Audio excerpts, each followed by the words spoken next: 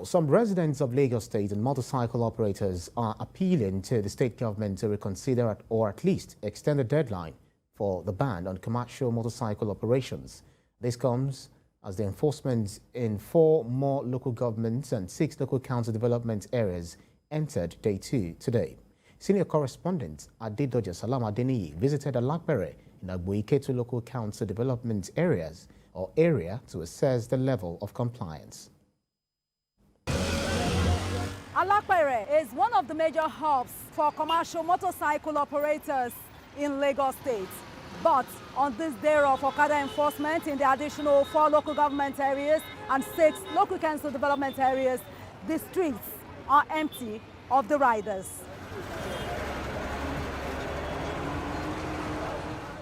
As some of the Okada riders are seen hanging around helplessly, the tricycle operators are busy with passengers. Business with everything, we all the park, all the run, no park safe. It is all they go like say. Everything is alright. Yes. So we are seeing some. Yes. I felt very, very bad, very sad, very weak. Even my landlord now, he spoke to me this morning about house rent. Where will I ask him money to pay house rent? So we beg the Lagos State governor to reconsider his decision. Maybe give us more time so that we go adjust. I have to check for my house to go and buy food. So I don't think it is a very, very good reason for them to ban Okada because it's very, very stressful. This latest ban is coming exactly 3 months after Governor Babajide Sanwo-Olu ordered a total restriction on Okada in 6 local government areas comprising Etiosa, Surulere, Ikeja, Lagos Island, Lagos Mainland and Apapa in June this year. This brings to a total of 25 councils of the 57 local councils in which Okada activities have been banned. The lingering security challenges bedeviling the country at large is a major reason why Okada is banned in Lagos. Adedoja Salam Adeniyi, TVC News, Lagos. Now let's talk this through by speaking with Public Affairs Analyst Gbola Oba, who is joining me in the studio. Thank you so much for joining us on TVC News at 1. Thank you very much for the opportunity. Yeah, it's really mixed feelings for a lot of Nigerians, commuters and also bike riders who feel, okay, we need the road to be clean, we need people's life to be safe, as well as other people who are also saying, how do I put food on the table? What's been your reading on this whole situation? You have mentioned one of the most important factors or reasons that guide the governance of basic human society, safety. Another reason will be security. You know what? Lagos has 57 local government areas and local council development areas, cumulatively 57. The total ban as we speak is in just about 25.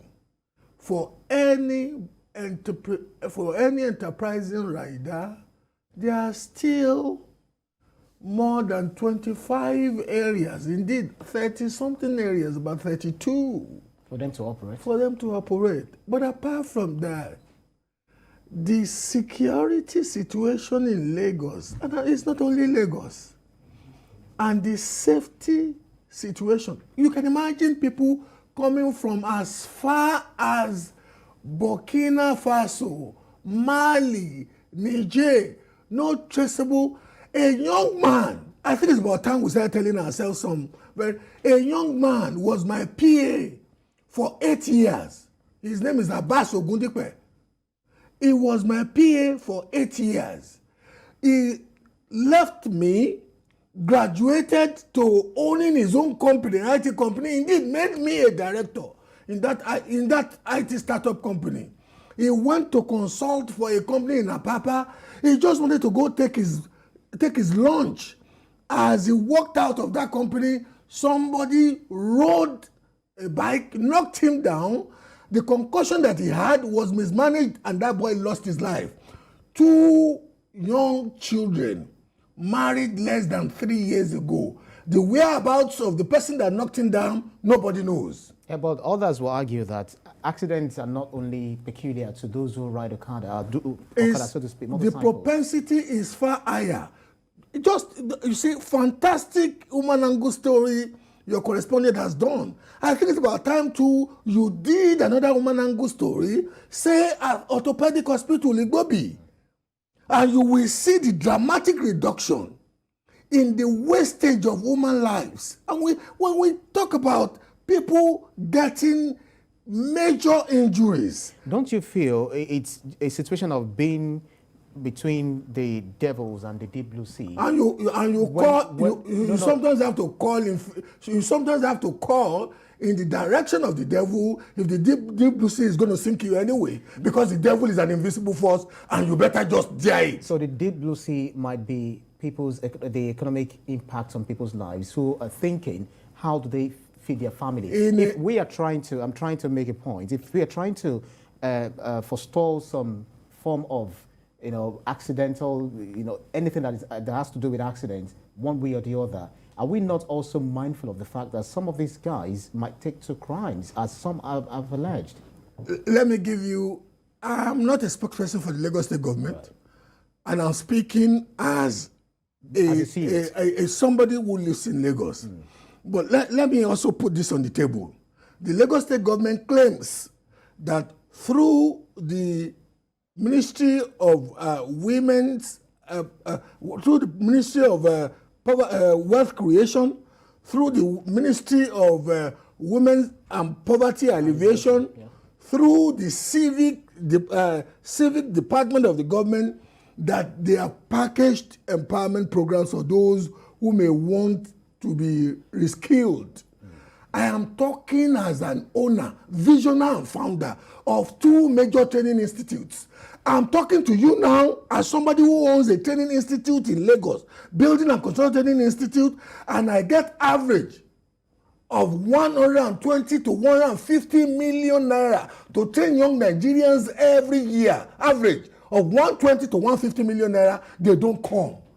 Now, if you live in a society that the first term system that ran in Lagos ran in 1902, term as in term with term. Now, the first term system that ran in Lagos ran in 1902.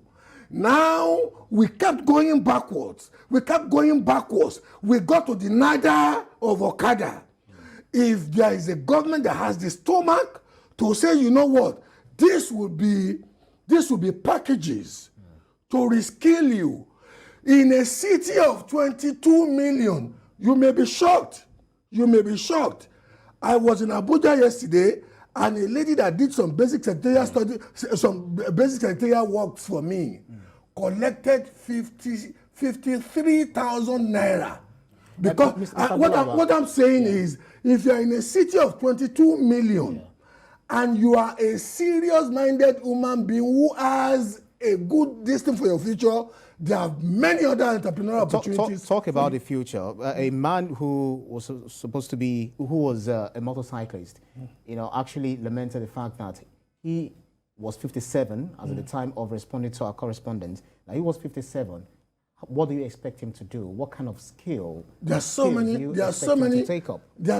other things a man can find to do in a city of 22 million. We are talking of one of the 30 mega cities on the face of the earth. Right. If anybody cannot find something to do in a city of 22 million, especially when there are packages, and I'm telling you, apart from the government, I am talking as a social entrepreneur who envisioned and started training institutes. Right. You know what?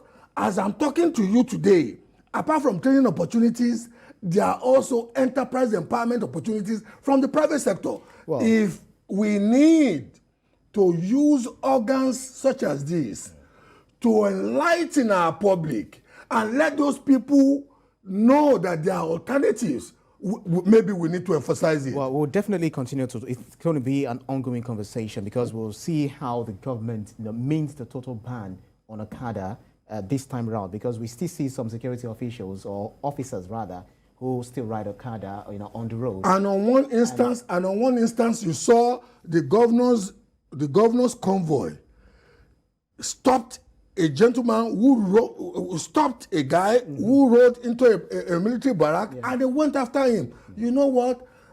At the end of the day, any society that lacks respect for the rule of law, where people think they can do something because of some privileges they have, that society will end up in chaos. We ought to have moved from the direction of tram to light rail and other things. We cannot be going backwards forever. Absolutely. We'll definitely continue to talk about these, as I said earlier.